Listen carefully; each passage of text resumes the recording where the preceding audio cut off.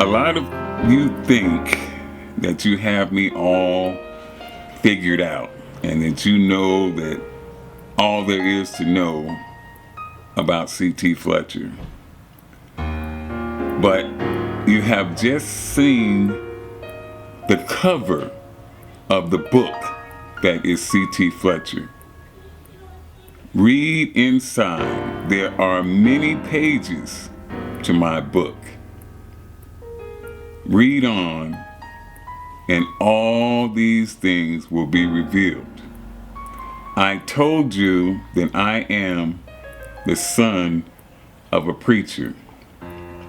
Before my father became a preacher, he was also a soldier. Corporal Walter Fletcher, United States Army, Korean War veteran, Purple Heart recipient, and he raised me as a soldier. I've been a soldier my entire life.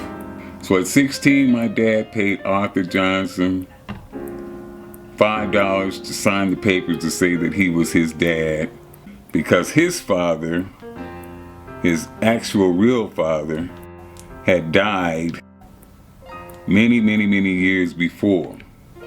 And at 16, my dad enlisted in the United States Army and was sent to war in the Korean War as an infantryman. So that's part of the reason why I'm able to forgive my father for being a bit of a lunatic. I think about what I was doing at 16, riding around in my 67 Chevy and taking my girlfriend to the drive-in movie. A lot of you guys don't even know what a drive-in movie is, but that was the cool thing to do in 1977 and 76 and 75. So I was raised in tradition, in the military tradition. I was saying yes sir and no sir, no ma'am, yes ma'am, before I ever enlisted. So it was no stretch for me, nothing unusual for me to do that once I put on the uniform of the United States Army. It was old hat for me by then. Yes sir, no sir was something I had done since I was able to talk. So my father at 16 saw many of his friends, his buddies, lying dead next to him on the combat field. And at 16, you can imagine what that can do to you.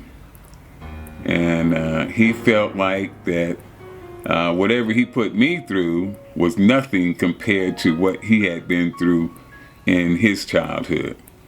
So I had it pretty rough. But compared to what he went through, he probably was right. It probably was nothing. I didn't see my buddy's head blown off or his leg flying through the air or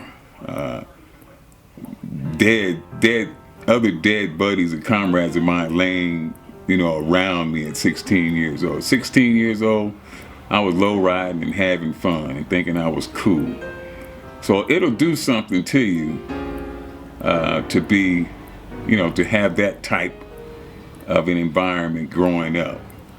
But he was a soldier through and through. He's 83 years old today, and he still salutes and stands guard duty regularly. He's still an infantryman. He's still a soldier. And he's still loony. But he's my dad. And, he's taught me discipline. He taught me to be proud. He taught me to be a man of my word. He said that if a man's word is no good, the man is no good. So he taught me values that the United States Army taught him. He instilled them in me. So I thank him for that.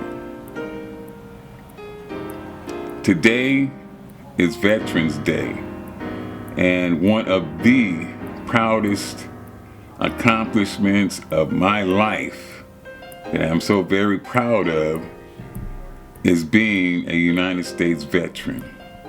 Every Veterans Day, I try to put out a video to help celebrate my comrades in arms, both men and women of the United States Armed Forces. And inevitably, I receive criticism for doing so.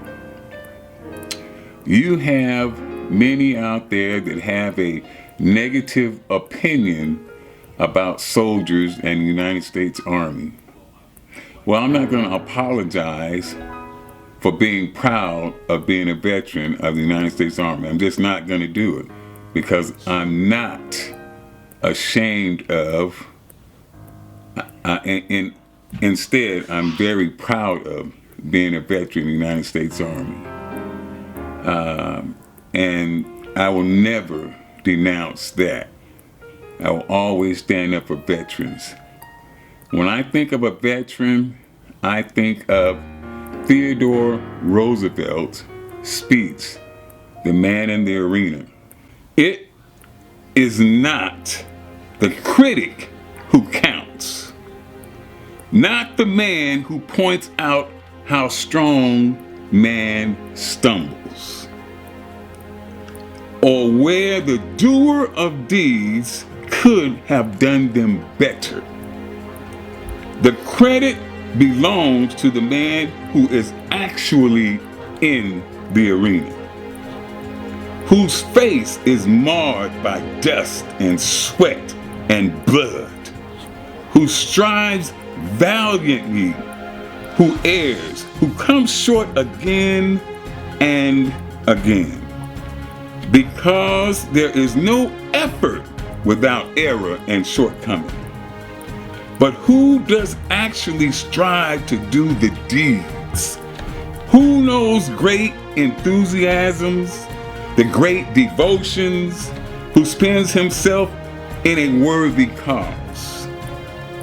Who at best knows in the end of the triumph of achievement, and who at the worst, if he fails, at least fails while daring greatly, so that his place shall never be with those cold and timid souls who neither know victory nor defeat. Those who know victory nor defeat. The man, the undecisive man, the one who can't make up his mind to do or not do, but just sits there and watches as the doer or the man in the arena actually does, and does nothing but criticize. You criticize a soldier for being a soldier. You criticize a fighting man for being a fighter.